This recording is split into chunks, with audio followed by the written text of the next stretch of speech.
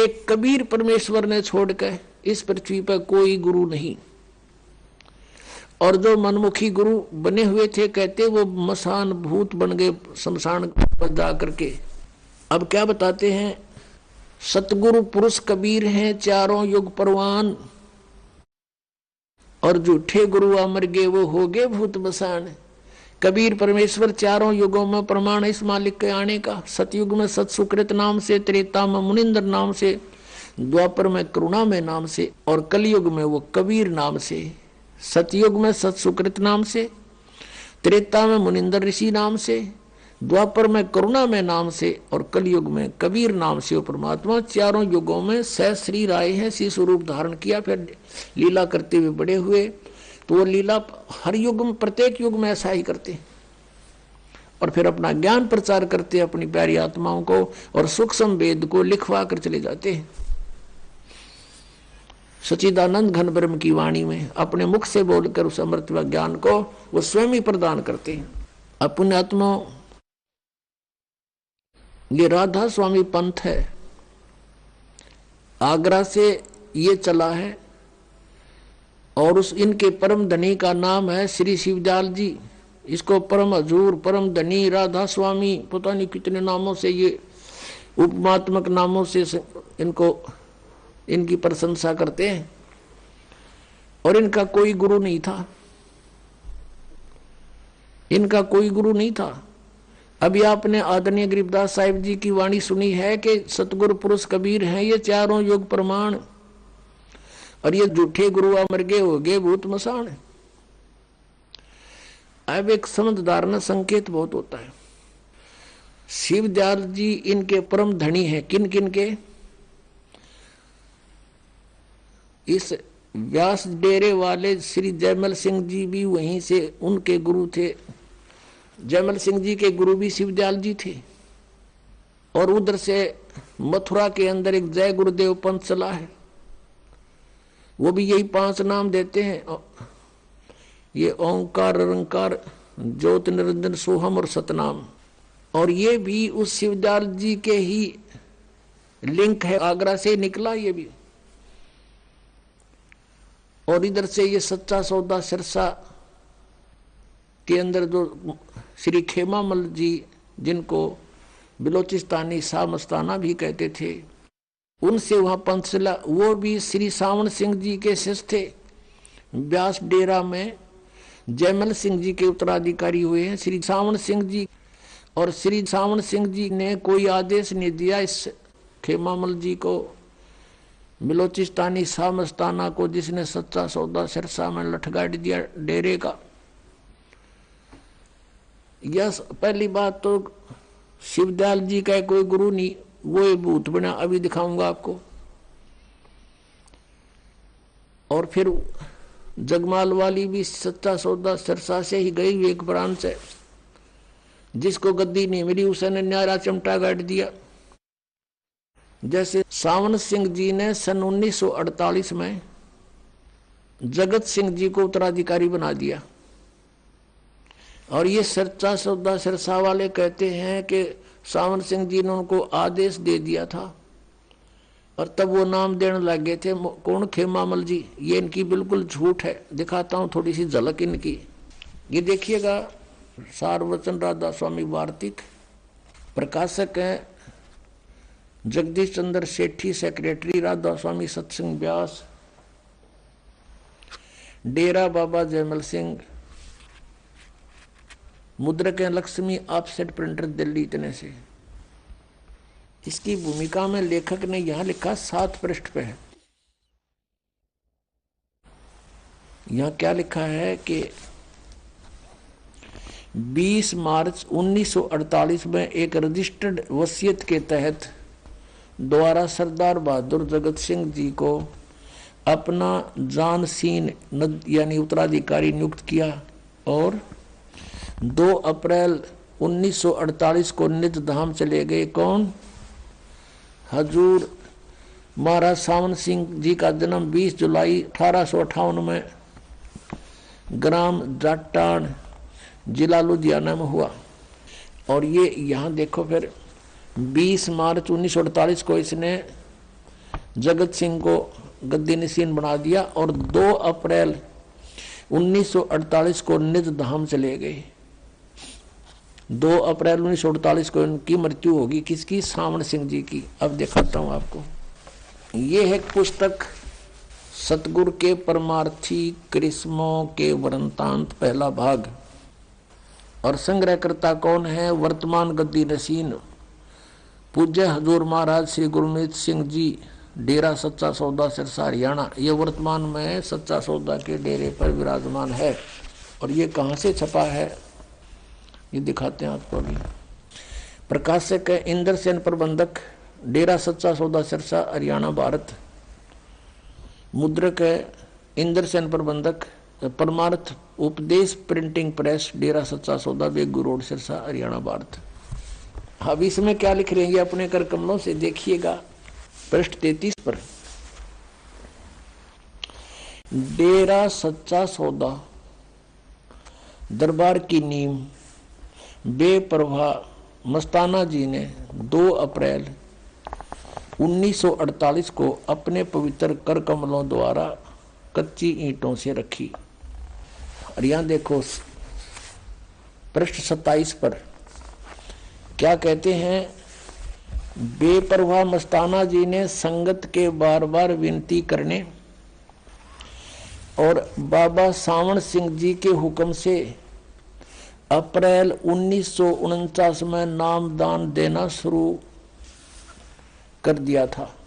अब देखो 2 अप्रैल 1948 में तो मृत्यु होली सावण सिंह की और 1949 में उनको नाम देने का आदेश दिया। 1 साल भूत बन का आगे दिखे उड़े। फिर बेपरवाह मस्ताना जी ने संगत के बार बार विनती करने से या यू इस संगत ने इनसे कहा आप नाम दो। जब लाग गया देने यू सावण सिंह जी का तो नाम लिखना पड़ गया इन्हें। न संगत की कहने की क्या जरूरत थी, उन्होंने आदेश दे दिया, नाम देना शुरू कर देता। बेपरवाह मस्ताना जी ने संगत के बार बार विनती करने और बाबा सावण शाह जी के हुक्म से अप्रैल 1949 में नाम देना शुरू कर दिया। अब सार्वचन वार्ती का आपने देखा था, इसमें 2 अप्रैल 1948 में तो इनकी मृत्यु होगी और 20 मार्च 1948 में इन्होंने अब जगत सिंह को वहां उत्तराधिकारी बना दिया था। पुण्यात्माओं, दास के इस परोपकार के प्रयत्न को आलोचना ना समझना कि मैं संतों की आलोचना कर रहा हूं, एक महापरोपकार कर रहा हूं। ऐसे कर रहा हूं कि जैसे एक बार किसी ने नकली नोट छाप लिए थे 500 के, सरकार को पता चला तो उसको मीडिया के माध्यम से, समाचार पत्रों के माध्यम से, टेलीविजनों के माध्यम से दोनों नकली और असली को साथ साथ दिखाया था और ये बताया था कि ऐसे लक्षण वाला नकली है, ऐसे लक्षण वाला ओरिजिनल है। तो वो जनता का हित कर रही थी सरकार। और कोई ये कहे कि ये आलोचना करते हैं, दूसरों के नोटों को नकली बता रही है सरकार, तो क्या सरकार आलोचना कर रही थी? महापरोपकार किया। ना जाने कितने लोग ठगे जाते, बर्बाद हो जाते। तो इस दास का यही प्रयत्न है। जिन महापुरुषों ने परमात्मा पाया और जो परमात्मा ने स्वयं आकर ज्ञान बताया, उनका एक मिलता है, एक जैसा मंत्र है, एक जैसी साधना है उनकी। और जो ये नकली संत हैं, इनकी साधना गलत। 17 वर्ष तक हठ योग किया इस शिवदयाल जी ने, है किसी संत के प्रमाण में? गरीबदास जी बाल बच्चेदार थे, हल बाते थे, खेती करते थे, भगवान का सेवन करते थे।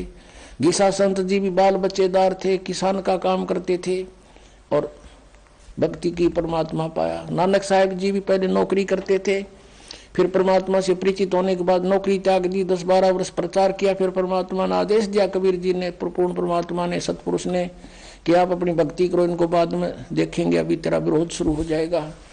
और नानक जी का इतना विरोध हो गया था, उनके पिताजी भी विरोधी बन गए थे उन नकली गुरुओं के कारण, कि ये क्या पैदा हो गया हमारे घर में, हमारे देवताओं को कहता ये तो नासवान है, ब्रह्मा विष्णु महेश को।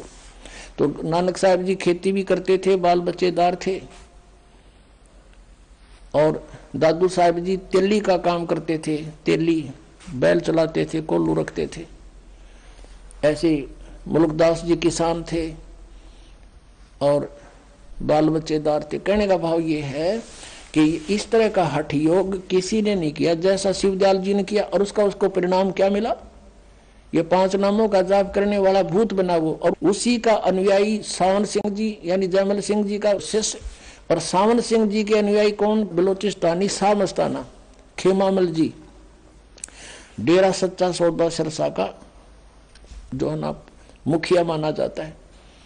और उसको सावन सिंह का भी आदेश नहीं, नाम 3 बदल लिए, सतपुरुष और अकाल मूर्त और शब्द स्वरूपी राम, यूं कहने के लिए जनता न्यू ना कहेगी काल के नाम जप रहे हो तुम, ये नाम जप। उनसे क्या रिजल्ट हुआ इसका? बलोचिस्तानी शाह मस्ताना फाउंडर ऑफ द सच्चा सौदा सिरसा, उसके प्रवर्तक का क्या बना? अब दिखाता हूं, देखो यही पुस्तक है सतगुरु के परमार्थी कृष्णों के वृंतांत, पहला भाग। और इसके लिखने वाले कौन हैं? जो वर्तमान में सच्चा सौदा सिरसा के गद्दी नशीन है, परम हजूर महाराज श्री गुरमीत सिंह जी। अब देखो पृष्ठ 31 है ये। बेपरवाह जी वहां के एक प्रेमी की कार में बैठकर और पहाड़गंज में एक डॉक्टर की दुकान पर चले गए। वो बीमार हो गए थे, ठंड लग गई थी उसको। पीछे काफी लंबा वर्णन है, हम थोड़ा सा सुनाएंगे आपको। आप जी के साथ सिरसा शहर का प्रेमी गोविंद, मदान और 3-4 और प्रेमी थे। अब आगे चलते हैं। इतने में डॉक्टर ने हुक्म के अनुसार बेपरवाह जी के इंजेक्शन लगा दिया और उसके साथ ही आप वहीं बेंच पर लेट गए। यानी वो बेपरवाह जी खेमामल जी बेंच पर लेट गए इंजेक्शन लगते ही, और तलियों की जलन का बहाना करके धन धन सतगुरु का नारा लगा दिया।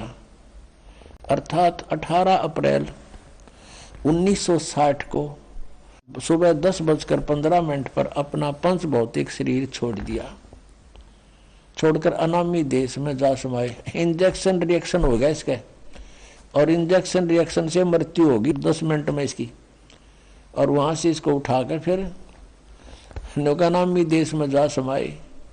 यह दृश्य देखकर डॉक्टर के पसीने छूट गए। वह बहुत चक्का रह गया कि अब क्या होगा, बाबा जी के अनुयायी से बर्बाद कर देंगे, उस पर कत्ल का इल्जाम लगाकर अदालत में सजा करवाएंगे। उसे अब कुछ भी नहीं सूझ रहा था, वह अब क्या करे। अब ज्यादा ना पढ़े, बाकी तुम पढ़ लियो, लेकर इनके पास बहुत मिल जाएंगे। इसमें और बहुत ऐसे रहस्य हैं इनके। ये सारे 92 हो कमरे। बाद में सतनाम सिंह जी की हिस्ट्री दिखा दो इनकी। लास्ट में इनके ऑपरेशन हुआ तो पता नहीं वहाँ बम्बई में ले गए, टांग में दर्द हो गया, उसके को 20 डॉक्टरों को दिखाया, फिर हार्ट में डिफेक्ट हो गया, वाल में डिफेक्ट हो गया, जयपुर ले गए, फिर बम्बई ले गए, फिर वापस लाए, और फिर काफ़ी दिनों तक ये ऐसे ही अपना दुखी होकर शरीर छोड़ कर गए। अब कहने का भाव ये है कि अब आपको दिखाते हैं इनके परम धनी की दुर्गति। किसकी? शिवदयाल जी की।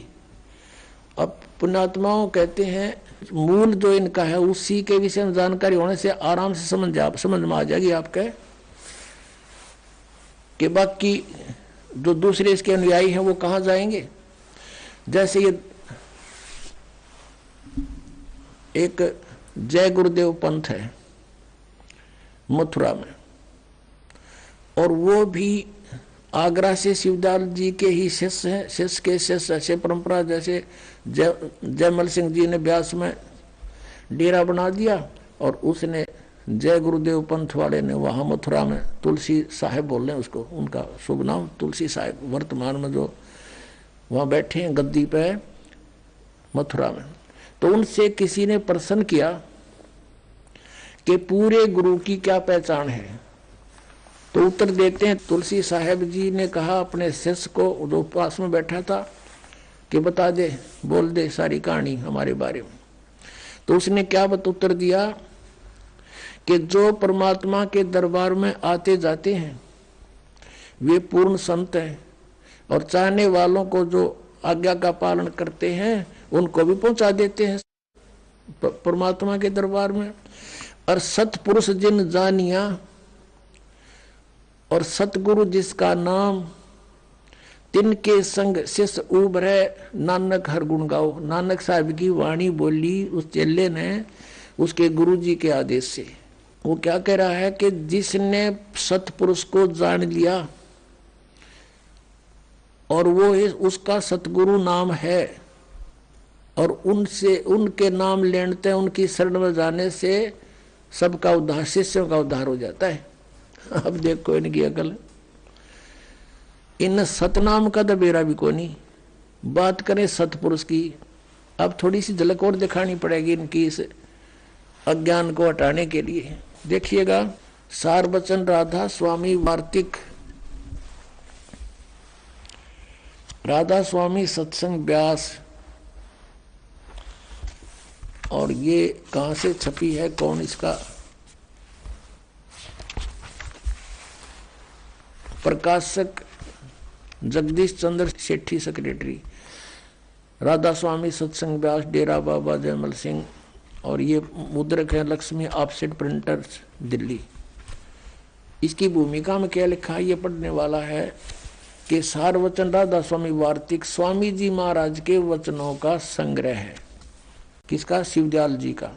ये वचन सत्संगों तथा अन्य चर्चाओं के दौरान सत्संगियों ने नोट किए थे। स्वामी जी महाराज के परम धाम सिधारने के कुछ वर्ष बाद इनका संग्रह करके पुस्तक रूप में छपवाएगा। ये तो पहले हमने बता दी। यहाँ देखो, स्वामी जी का महाराज का शुभ नाम सेठ शिवदयाल सिंह जी था। आपने 15 अगस्त सन 1818 में आगरा शहर में जन्म लिया। अब हम आगे आते हैं। ये सत्संग है जो हम आपको पढ़ाने जा रहे हैं। श्री शिवदयाल जी के वचन सत्संगा में राधा स्वामी दयाल की दया, खुलासा उपदेश हजूर राधा स्वामी साहिब का वचन। अब ये दफा 1, सिर्फ काम इतना है कि इंसान अपनी यानी मनुष्य अपनी सूरत यानी रूह को उसके खजाने और निकास यानी मुकाम सतनाम और राधा स्वामी में पहुंचाए। यहाँ सतनाम को मुकाम बता रहे हैं, सथान, मुकाम माने सथान, सतनाम सथान, सतनाम में मुकाम को से सथान को। अब यहाँ सतनाम को सथान सिद्ध कर रहे हैं, मुकाम सतनाम यानी सथान सतनाम, राधा स्वामी भी सथान पहुंचावे। ये सारवतन वार्तिक भाग पहला। अब 14 पृष्ठ पे पढ़ा हमने, 13-14 पे। अब नीचे क्या है कि जितने आचार्य महात्मा और अवतार पैगंबर हर एक मजहब में हुए, वे अपने अभ्यास के जोर से अंतर की तरफ मुकाम असली के चले। सिर्फ संत मंजिल 5वीं यानी सतनाम पर, यह मंजिल फिर सतनाम सथान बता दिया इन्होंने, मंजिल माने सथान, सतनाम सथान। और बिरले संत मंजिल 8वीं यानी राधा स्वामी पद तक पहुंचे। यो राधा स्वामी दोबारा फिर इन्होंने मंजिल यानी सथान बता दिया। ये मंजिल माने सथान अपने आप अर्थ बता रहे हैं। अब यहाँ देखो 15 पृष्ठ पर 4 नंबर वचन में, अब समझना चाहिए कि राधा स्वामी पद सबसे ऊंचा मुकाम है, सथान है, और यानी यही नाम कुल मालिक और सच्चे साहिब और सच्चे खुदा का है। और इस मुकाम से 2 स्थान नीचे सतनाम का मुकाम है। वहां सतनाम को सथान बताओ थे। ये अरीब कहते हैं सतनाम यानी सथान का स्थान है कि जिसको संतों ने सतलोक, सचखंड और सार शब्द और सत शब्द और सतनाम और सतपुरुष करके बयान किया है। ये सतनाम की डेफिनेशन है इनकी। ये सतनाम में ना समझ मारा इनके, इन्हों कहे सतनाम को सतलोक भी कहा है, सचखंड भी कहा है, सार शब्द भी सतनाम को कहा है, सत शब्द भी सतनाम को, सतनाम भी सतनाम को, और सतपुरुष भी सतनाम को। जय गुरुदेव वाला तुलसी साहिब वर्तमान गद्दी नसीन है, उसके विचारों को उसके आदेश से वही ये कौन उनका शिष्य बता रहा है कि सतगुरु वही है जिसने सतपुरुष जान लिया। सतपुरुष जिन्हें जानिया सतगुरु जा का नाम। इस शिवदयाल जी ने सतपुरुष ना जाना तो तुलसी साहब जी को जान देंगे। सतपुरुष ने तो इससे सिद्ध है कि ना तो शिवदयाल जी ने सतपुरुष जाने, वो सतनाम को सतपुरुष कहे, और की तो सतनाम ने सथान बतावे, सार नाम भी सतनाम, सार शब्द भी सतनाम, सचखंड भी सतनाम और सतपुरुष भी सतनाम। तो ये पूरे गुरु के लक्षण है। आदरणीय गरीबदास साहिब जी ने कहा कि सतगुरु पुरुष कबीर हैं ये चारों युग परवाने, झूठे गुरुआ मर गए ये हो गए भूत मसान। एक भक्त ने कहा, राधा स्वामी वालों से कोई डिस्कस हो रही थी, उन्होंने कहा भी जिसको तुम परम धनी बताते हो श्री शिवदयाल जी को, ये आपका परम धनी पहले किसी युग में आया है? नहीं, पहले तो नहीं आया। फिर उन 3 युगों में किसने संभाला? क्या बात तो भाई ठीक है, तो परम धनी की तो आयु, परम धनी तो ये हुए सतगुरु पुरुष कबीर हैं ये चारों युग परवाने, झूठे गुरुआ मर गए ये हो गए भूत मसान। इंजेक्शन रिएक्शन से संत मरे, धिक्कार उसकी फिर भक्ति ने, क्या उसके पास आम जीव विराग्रह नहीं होते। अब दिखाता हूं शिवदयाल जी भूत बने फिर। श्री शिवदयाल जी फाउंडर ऑफ द राधा स्वामी पंथ, ये भूत बने, अपनी शिष्या बुक्की में बोलने लगे। समझदार को संकेत बतेरा भाई भगवान को पहचानने में और असली और नकली की पहचान करने में दास ने आपके समक्ष ओरिजिनल और डुप्लीकेट दोनों नोट दे दिए। ये आपकी मर्जी, जो ठीक लगा वो सिलेक्ट कर लियो। ये देखिएगा जीवन चरित्र राधा स्वामी दयाल की दया, राधा स्वामी साहेब जीवन चरित्र। स्वामी जी महाराज लेखक हैं लाला प्रताप सिंह सेठ उर्फ चाचा जी साहेब, ये शिवदयाल जी के छोटे भाई थे। प्रकाशक हैं राधा स्वामी ट्रस्ट, स्वामी बाग आगरा, सर्वाधिकार प्रकाशक द्वारा सुरक्षित है। और ये है राधा स्वामी ट्रस्ट, स्वामी बाग आगरा। मुद्रक हैं अर्पण प्रिंटरी, राधा स्वामी चैम्बर भालेज रोड आनंद। और ये है वो परम धनी, ध्यान से देख लो, कर दो महापुरुष के दर्शन।